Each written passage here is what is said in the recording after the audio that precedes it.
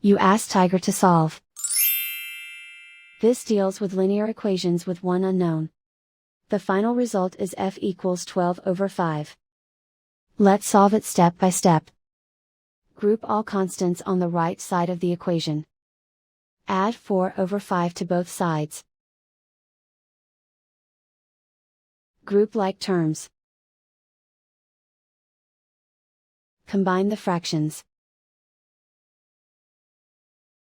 Combine the numerators. Reduce the zero numerator. Simplify the arithmetic. Combine the fractions. Combine the numerators. Isolate the x. Multiply both sides by inverse fraction 4 over 1. Group like terms.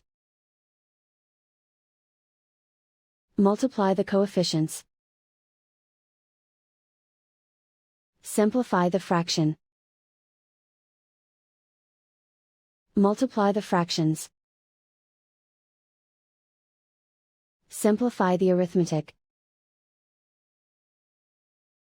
And so the final result is f equals 12 over 5.